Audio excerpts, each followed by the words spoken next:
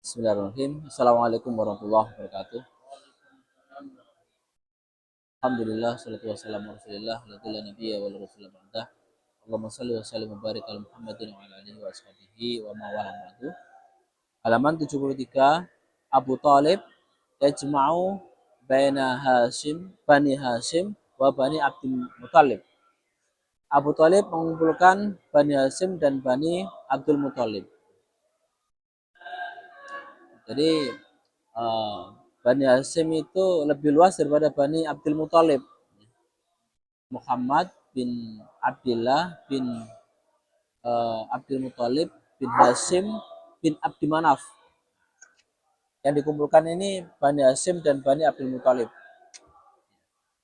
Taghayyara majril durufi wa tabaddalat al-awda'u wal akhwalu. Telah berubah perjalanan dari kondisi keadaan ini dan berganti al-awda' posisi-posisi wal akhwal dan keadaan-keadaan. Jadi banyak perubahan-perubahan yang mengalami pergeseran ya. Artinya dari sebelumnya itu keras sekali mereka mencelakai Nabi, sekarang mulai agak melunak. Dari sebelumnya dominasi kaum muslimin oleh orang-orang lemah, sekarang orang-orang kuat berpengaruh sudah mulai bergabung di barisan kaum muslimin. Seperti ada Umar, ada Hamzah, itu membuat kemudian berubah kondisinya.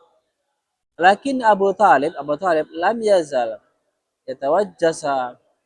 yatawajjasul musyrikina hifatan ala ibni akhi. Tetapi Abu Talib tidak henti-hentinya yatawajjasa membela, menyokong, melindungi minal musyrikina, orang-orang dari orang musyrik, hifatan, rasa takut, ala ibn akhi, pada anak saudaranya, ponakannya. Abu Talib tetap tidak bergeming, tidak rasa takut sama sekali, tidak ada rasa takut dan gentar kepada ancaman orang musyrik dalam melindungi ponakan beliau. Innahu kana yang duru fil khawadis awal madiyah.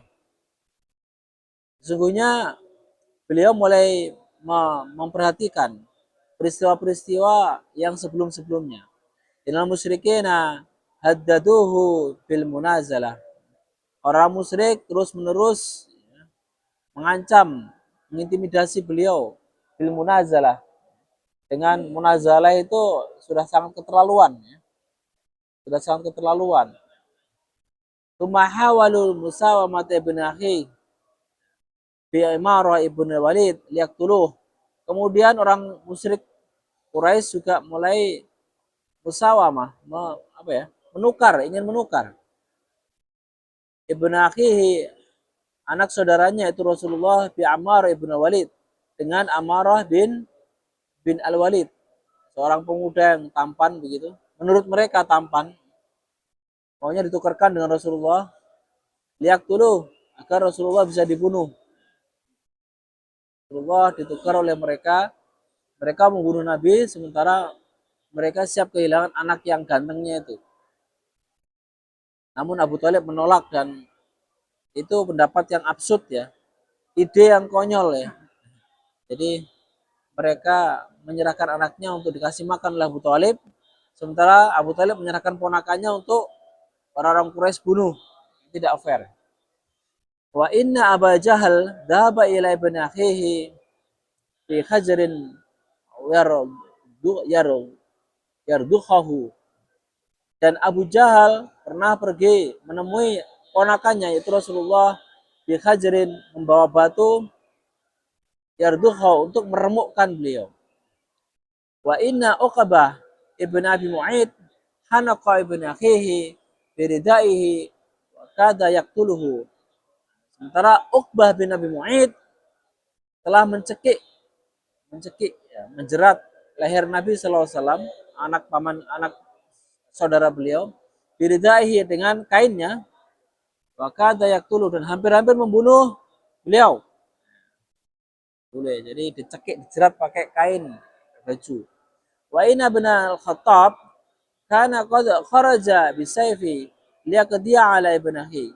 Dan Ibnu Khattab, Umar bin Khattab itu pernah berangkat dengan membawa pedang untuk membunuh anak saudaranya itu. Wa kana Abu Talib yatadabbaru fi hadhil khawadis. Abu Talib mulai mengambil pelajaran, mengambil ibrah, pelajaran dari peristiwa-peristiwa yang tadi itu.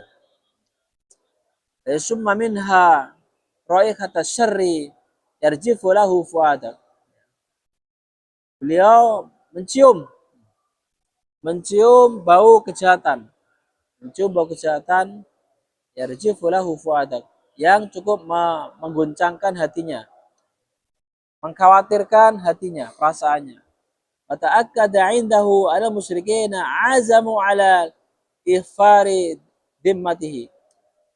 Dan uh, telah pasti ya, telah kokoh di sisinya, ada kepastian padanya bahwasanya orang-orang musyrik azamu, betul-betul berazam, bertekad bulat, ala ikhfari dimmatihi, untuk menumpahkan dimmah itu perlindungannya, telah bisa untuk membobol, merusak dimmahnya, perlindungan beliau, penjagaan beliau. Azamu ala qatli ibnahi, mereka bersekongkol, bersepakat bulat untuk membunuh anak saudaranya itu, Rasulullah. Mayu gani Hamzah atau Umar, tidak ada gunanya lagi Hamzah dan Umar. Meskipun orang hebat ini, pendekar-pendekar ini masuk Islam, tapi melihat jumlah orang musyrik terlalu banyak, terlalu kuat, maka dua orang ini tidak ada, belum ada efeknya masuk Islam mereka itu. Au ghairuhuma, atau selain keduanya. Inin qadda ahadun minal musyrikin ala ibn akhihi Baghdad. Jika salah seorang dari orang musyrik ini berbuat nekat ya, ala ibn akhi, membunuh anak saudaranya itu Baghdatan, secara mendadak. Tetap saja nggak aman ya, masuknya Umar, masuknya Hamzah tidak membuat amannya keadaan Nabi Sallallahu Alaihi Wasallam. Jika ada yang berbuat nekat untuk membunuh beliau sewaktu-waktu. Tak kata dzalika 'inda Abu Thalib. Telah pastilah itu di pikirannya Abu Thalib. Walam yakun illa haqqan. Ya. Tidaklah semua itu kecuali fakta, kebenaran. Fa innahum kanu qad ajma'u ala ayaqtulu Rasulullah sallallahu alaihi wasallam ala niyatan. Maka sesungguhnya mereka sungguh telah bersepakat untuk membunuh Nabi sallallahu alaihi wasallam secara terang-terangan. Tidak lagi sembunyi-sembunyi ya. Sudah betul-betul terang-terangan. Wa ila hadzal ijma' isyaratun fi qouli ta'ala, dan kesepakatan itu merupakan pertanda, sebagai pertanda dari firman Allah Subhanahu wa taala, am abramu amron fa innal mubrimun. Apakah mereka bersekongkol untuk suatu urusan, suatu makar, sesungguhnya kami juga berbuat makar pada mereka. Ini surat Az-Zukhruf ya. Famadza yaf'alu Abu Thalib idzan? Terus lalu bagaimana dong? Apa yang harus dilakukan oleh Abu Thalib jika demikian? Innahu lamma ra'a ta'alluba Quraisyin ala ibn akhihi qama fi ahli baitihi min Bani Hashim wa Bani Muthalib ladai Abdi Manaf. Maka beliau melihat satu bahaya ya, yang mulai meningkat dari Quraisy ya, atas anak saudaranya itu. Ketika melihat bahaya semakin mengancam, qama fi ahli baitihi, beliau berdiri di tengah-tengah ahli baitnya, keluarga besarnya, min Bani Hashim, dari Bani Hashim, wa Bani Muthalib, dan Bani Al-Muthalib.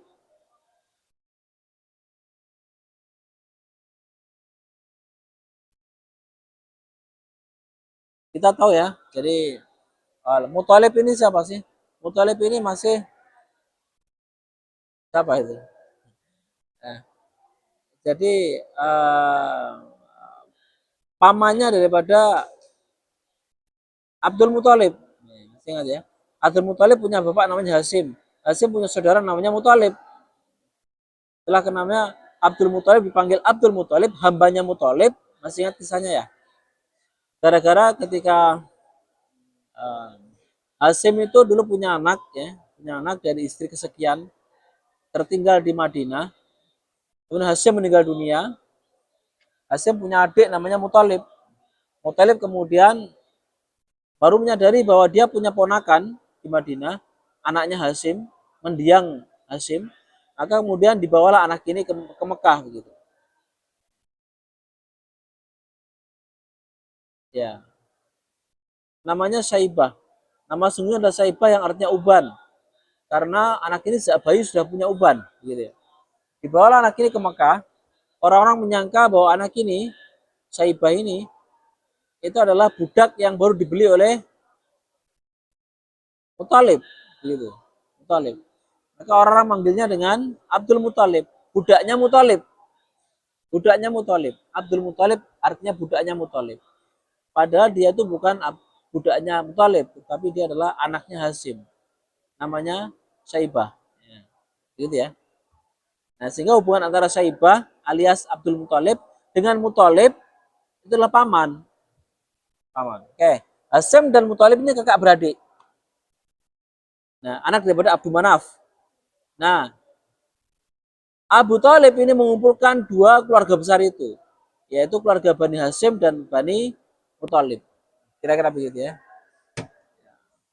Bani Hasyim, Hasyim masih kakek beliau, sementara Muthalib ini masih paman kakek ya, apa namanya itu? Ayah, adiknya kakek itu apa ya? Kakek apa ya? Mbah juga ya, Bahle ya. Bahle istilahnya orang Jawa, Bahle. Bahle. Ladai Abdul Manaf. Ya. Di sisi Abdul Manaf, artinya dua-duanya ini anaknya Abdul Manaf. Sebenarnya anak Abdul Manaf itu banyak loh. Anak Abdul Manaf itu ada Abdul Sams. Kita tahu ya, Abu Sufyan itu masih garis Abdul Manaf di level di anaknya yang Abdul Sams. Abu Sufyan, Ibnu Harab, Ibnu Mayyah, Ibnu Abdul Sams, Ibnu Abdul Manaf. Jadi Abu Sufyan yang waktu itu memusuhi Nabi itu masih ketemu dengan jalur Abdul Manaf di atas itu. Abdul Manaf punya banyak anak, ada Hasyim, ada Muthalib, ada Abdi Sams. Utsman itu masuk garis Abdi Sams. Utsman bin Affan bin Naufal bin Abdi Sams bin Abdi Manaf. Jadi kan Abdi Manaf. Garisnya begitu. Kenapa Abu Talib tidak mengumpulkan juga dari anaknya Abdi Manaf yang lain, yaitu Abdi Sams? Karena anak-anaknya Abdi Sams rata-rata melawan Islam ya, membangkang pada Islam. Makanya dikumpulkan cukup di keluarga Hasyim dan Muthalib. Kira-kira begitu. Da'ahum ila ma huwa alaihi minal man'i ibn akhihi wal qiyami dunahu. Beliau mengajak mereka, orang-orang keluarga besar, dua keluarga besar ini, mahum alaihi dan ila ma huwa alaihi min mana ibni akhihi, untuk melindungi anak dari saudaranya itu, yaitu Rasulullah. Wal qiyami tunau, dan berdiri sebagai pelindung Nabi sallallahu alaihi wasallam. Fajabuhu ila dzalik, maka mereka semua menyambut ajakan Abu Thalib itu. Muslimuhum wa kafiruhum, baik orang Islam mereka maupun orang kafir mereka. Jadi mereka melindungi Nabi atas dasar keluarga, bukan atas dasar keimanan.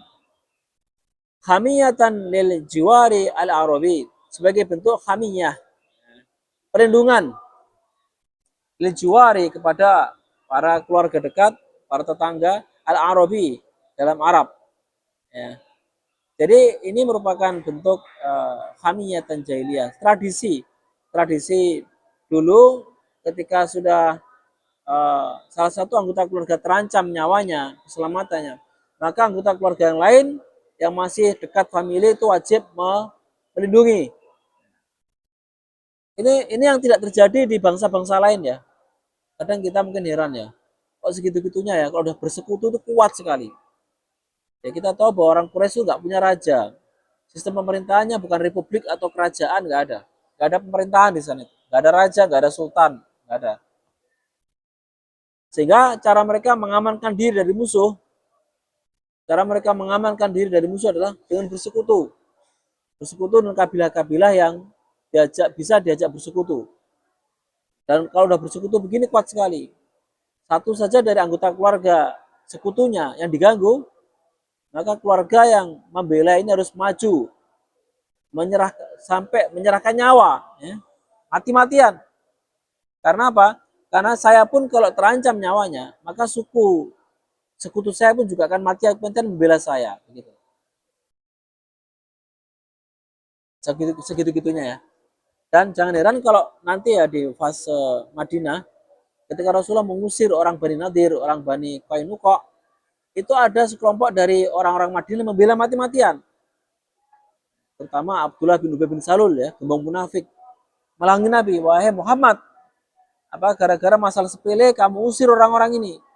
Mereka adalah orang-orang membela mati-matian keluargaku, melawan suku-suku yang melawanku. Saya tidak akan tinggal diam kalau Anda mengusir mereka. Seperti itu. Orang munafik dari orang Madinah.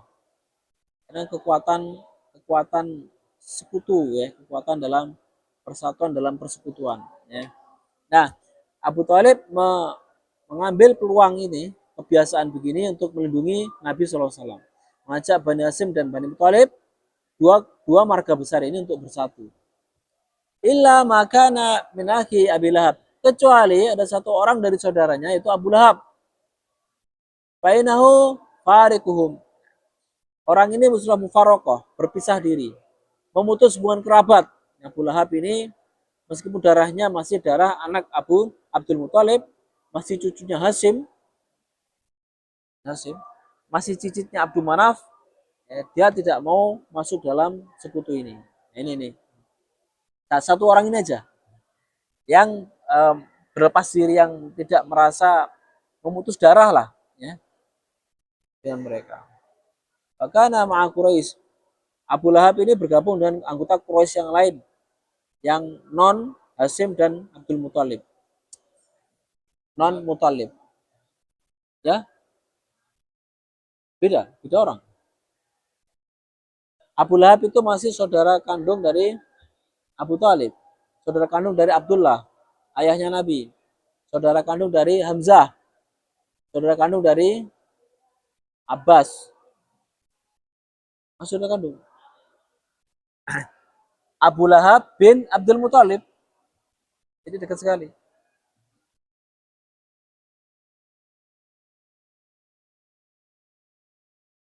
Abu Lahab ini bukan.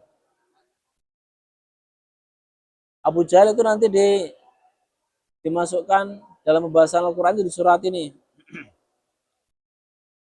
Al-Alaq itu halala illam yantahi lanasfa'an binasiyah.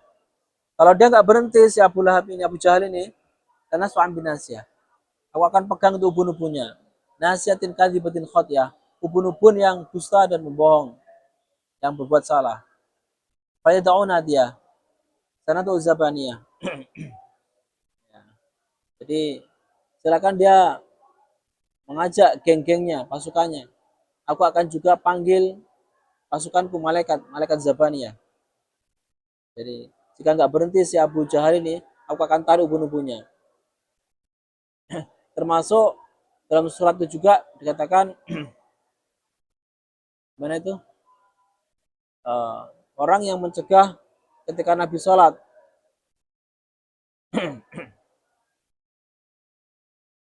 Ya, sebelum dari ayat tadi itu ya.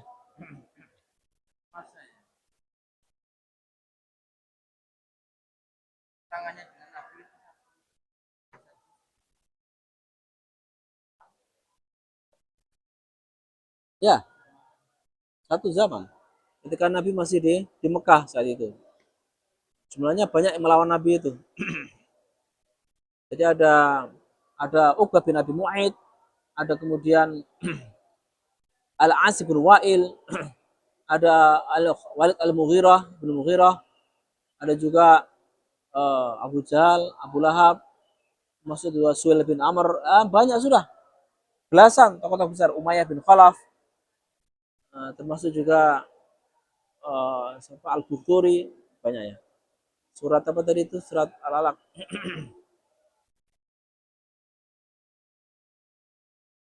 Ara'aita alladzi yanha. Bagaimana menurut kamu pada orang yang mencegah Nabi dalam sholat? Abdan idza shalla, seorang hamba ketika sholat. Itu juga yang maksud di sini adalah Abu Jahal. Abu Jahal itu nama sebenarnya adalah Amr ibn Hisham. Amr ibn Hisham bin siapa itu? Bin bukan Hisham. Bin Hisham bin atasnya itu sampai ketemu dengan Murrah. Murrah. Jadi ketemunya dengan garis Nabi masih atas.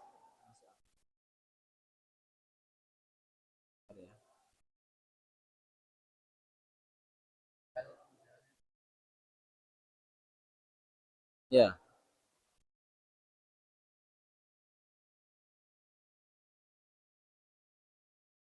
ya Abu Jahal ya.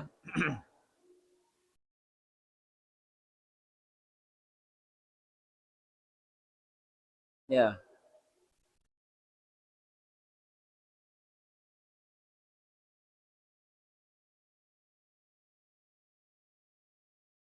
ini ya.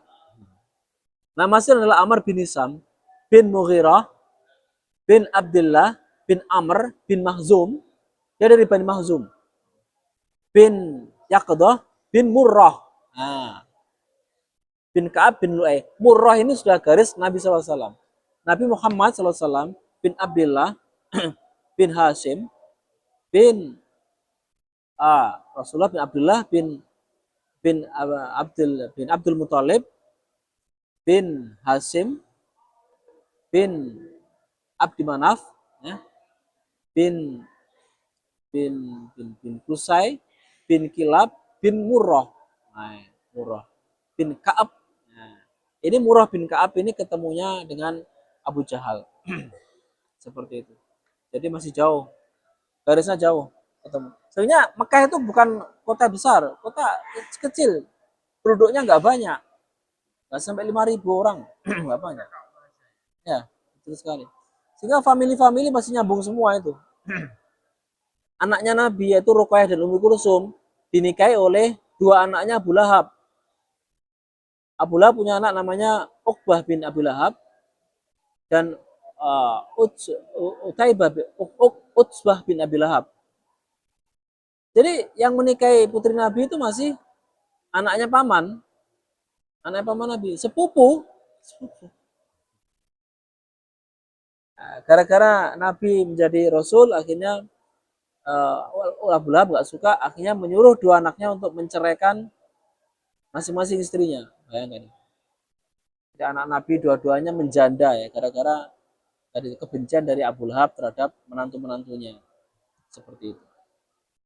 Akhirnya Nabi doakan si Uqbah ini dimakan harimau. Dan benar ketika makan singa. Benar ketika pergi ke utara kan dekat Syam, ya, rombongan dia dikepung oleh rombongan singa. Kemudian Uqbah bin Abi Lahab dimakan singa. Mereka tahu kalau Nabi sudah berdoa, kebinasaan itu pasti terjadi. Apalagi doanya dekat Ka'bah. Maka saat itu Uqbah ketakutan itu. Gak tenang, selalu pengen dikawal oleh orang-orang. Pengen menjauh dari Mekah. Malah kemakan di situ. Malah kemakan singa di situ, di dekat negeri Syam. Ketika singa mengepung kemahnya itu, dia udah mikir, aduh, ajalku udah dekat, aku akan mati. Jangan khawatir, kami akan jaga kamu. Ya, orang-orang menjaga dia. Ya, singa bisa loncat dan memakan si Uqbah ini. Dulu mantan menantunya Rasulullah itu, yang kurang ajar itu. Itu sepupunya Rasul itu, anak pamannya. Itu. Jadi bulat aja, saling menikahkan itu. Istrinya siapa lagi? Istrinya Abu Sufyan, Hindun, itu masih anaknya dari Uqbah bin Rabi'ah. Masih Ibnu Abi Sam. Utsman bin Affan itu masih kedekatan dengan Abu Sufyan. Utsman bin Affan bin Naufal bin Umayyah atau Umayyah ya. Sementara Abu Sufyan Ibnu Harab bin Umayyah. Dekat, dekat. Jadi masih hubungan paman, pernah paman lah. Dekat. Jadi masih bulat di situ aja. Oke ya. Kita selesaikan dikit lagi ya.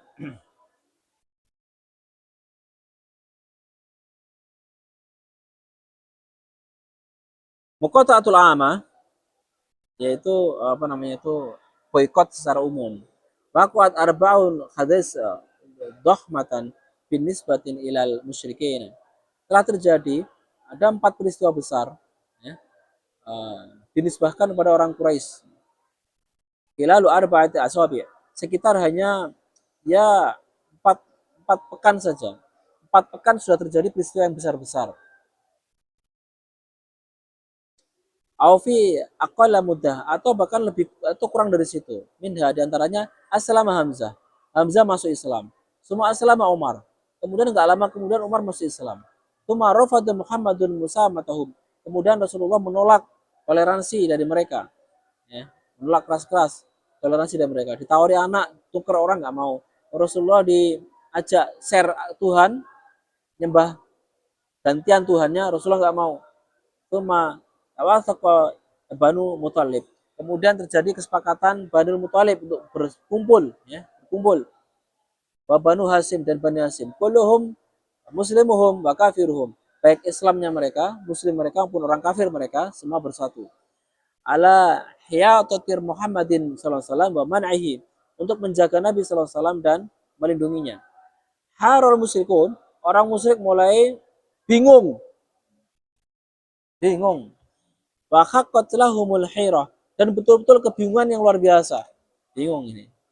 Innahum arafu anahum law qamu biqatli Muhammadin. Mereka menyadari bahwasanya kalau mereka ingin membunuh Nabi, kalau Rasul Muhammad dibunuh, yasilu wadil Makkah dunahu bidimaihim, maka akan mengalirlah di lembah-lembah Makkah ini dunahum antara mereka bidimaihim, darah-darah mereka. Jadi akan tumpah darah luar biasa kalau Rasulullah dibunuh. Pasti Bani Hasim tidak tinggal diam. Dan Bani Muthalib tidak tinggal diam. Perang besar terjadi. Rubama yufdia ila istiqsalihim. Bahkan punah mereka itu. Gara-gara bunuh Rasulullah bisa punah itu orang Quraisy. Saling bunuh, saling perang, gak berhenti-henti. Saling balas. Arafu dzalika, mereka mengenali itu. Tahu betul itu. Fanharafu ila dhulmin akhar. Maka mereka bergeser ide lain, bentuk kezaliman yang lain. Dunal qatl, tanpa harus membunuh. Lakin asadda mudadah amma amalu badri. Namun ya, apa namanya uh, itu lebih dahsyat lagi, lebih mengerikan lagi ya. Amma fa'alu daripada apa yang mereka rancang sebelumnya. Mereka melakukan yang namanya boykot secara ekonomi ya. Insya Allah kita akan bahas pada masa berikutnya. Lebih menyakitkan dan lebih mengerikan ya. Banyak yang kelaparan, banyak yang mati ya, anak-anak kecil gara-gara di boykot, tidak boleh kasih makan, tidak boleh dibantu dan seterusnya. Setelah pemboikotan umum, embargo umum ya, setelah apa namanya itu lockdown ya, secara umum yang dilakukan oleh orang-orang kafir Quraisy. Ada pertanyaan barangkali? Cukup? Baik, kita akhiri dengan alhamdulillah kafar majelis.